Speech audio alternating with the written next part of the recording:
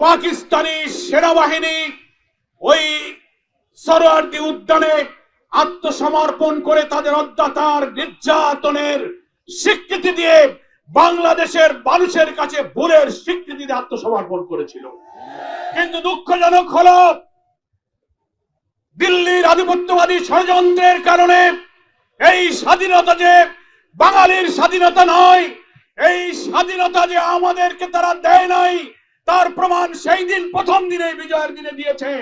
সেটা হলো জেনারেল নিয়াজির আত্মসমর্পণ করার কথা ছিল, মুক্তিযুদ্ধের সর্বাধিনায়ক এমএজি উসমানীর কাছেই আত্মসমর্পণ করার ছিল। কিন্তু আত্মসমর্পণ অনুষ্ঠানে মুক্তিযুদ্ধের সর্বাধিনায়ক জেনারেল উসমানী কেন অনুপস্থিত ছিল? সেখানে জগজিৎ সিং অরোরার কাছে নিয়াজিকে আত্মসমর্পণ করতে হয়েছিল।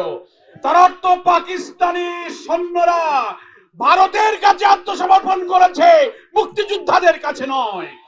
আমি মনে করি ওই আত্মসমর্পণ অনুষ্ঠানে মুক্তিযুদ্ধের সর্বাধিনায়ককে অনুপস্থিত রেখে বীর মুক্তিযোদ্ধাদেরকে অপমান করা হয়েছে।